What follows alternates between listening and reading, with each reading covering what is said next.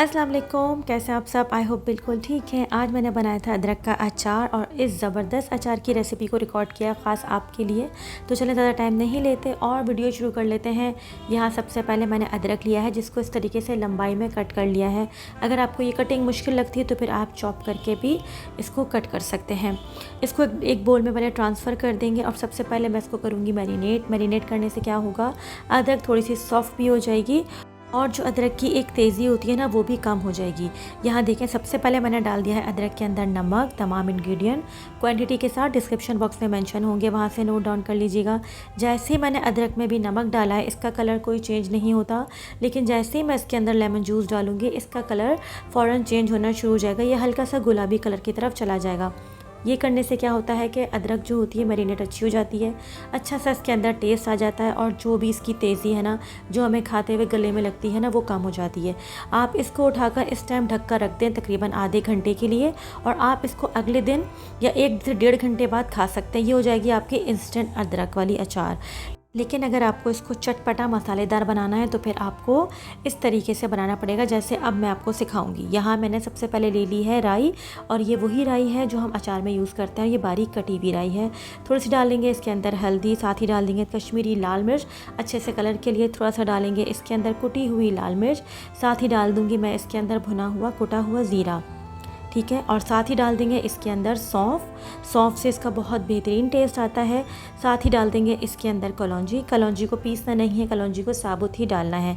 अगर आपको अजवाइन पसंद है तो आप 1 से 2 चुटकी अजवाइन भी इसमें डाल सकते हैं। मुझे नहीं पसंद, मैं नहीं डाल रही। साथ ही डाल दिया मैंने इसके अंदर काला नमक, इससे अचार का फ्लेवर बहुत अच्छा हो जाएगा। थोड़ा सा नमक मैं इसके अंदर और ऐड कर रही हूँ और अब मैं इसको अच्छे से मिक्स कर लूँगी। अब जो हमने अदरक को मैरिनेट करके रखा हुआ था इसको आधा घंटा हो गया था। अब इसका कलर देखें बिल्कुल चेंज हो चुका है। लीमू और नमक इसके अंदर अच्छे से मिक्स हो चुके हैं और अच्छा सा इसमें टेस्ट आ गया है। अदरक भी सॉफ्ट हो गई है। अब मैं इसके अंदर डाल रही हूँ वो मसाला जो भी आपके सामने बनाया था। ये डाल के आप इसको अच्छे से मिक्स करेंगे। अदरक के अचार का सबसे बड़ा फ़ायदा आपको पता है क्या होता है कि ये हमारे जिस्म से बादी ख़त्म करता है।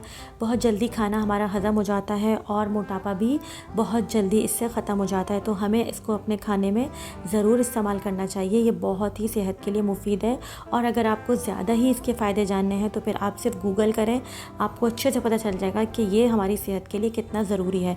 अदरक किसी भी फॉर्म में खाएँ, आपकी सेहत के लिए बहुत ज़रूरी है। यहाँ पर देख लें सारे मसाले इसके अंदर अच्छे से मिक्स हो गए हैं। अब इसकी शेल्फ़ लाइफ को बढ़ाने के लिए मैं डाल रही हूँ उसके अंदर वाइट विनेगर। अगर आपको ये नहीं पसंद तो ना डालें, फिर आप इसकी जगह नींबू की क्वांटिटी और बढ़ा दीजिएगा। लेकिन मैं इसलिए डाल रही हूँ ताकि इसको मैं आराम से 8 से 10 दिन रख के खा सकूँ। ये डाल के देखिए मैंने अच्छे से मिक्स कर दिया है। अब आपको नज़र आ रहा होगा ना इसके अंदर लेमन जूस दिख रहा है क्योंकि हर चीज़ अदरक ने अपने अंदर सोख कर ली है। यहाँ पर मैंने हाफ़ कप जो था सरसों का तेल अच्छे से गर्म करके फिर उसको ठंडा करके इसके अंदर डाला है।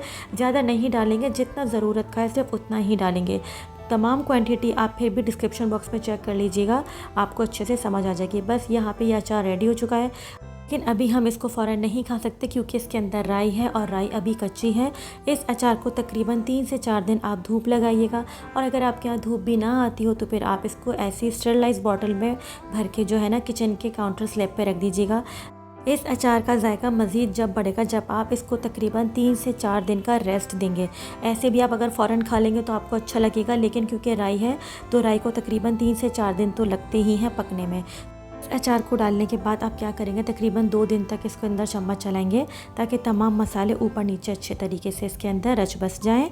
और ये रेसिपी आपको ज़रूर ट्राई करनी है और दाल चावल जब भी बनाएं तो इसके साथ इसको ज़रूर ट्राई कीजिएगा। अपना फीडबैक दीजिएगा। चैनल पे नए हैं तो सब्सक्राइब किए बगैर नहीं जाएगा। तो फिर अगली रेसिपी तक लिए सबा फुरकान को इजाज़त दीजिए।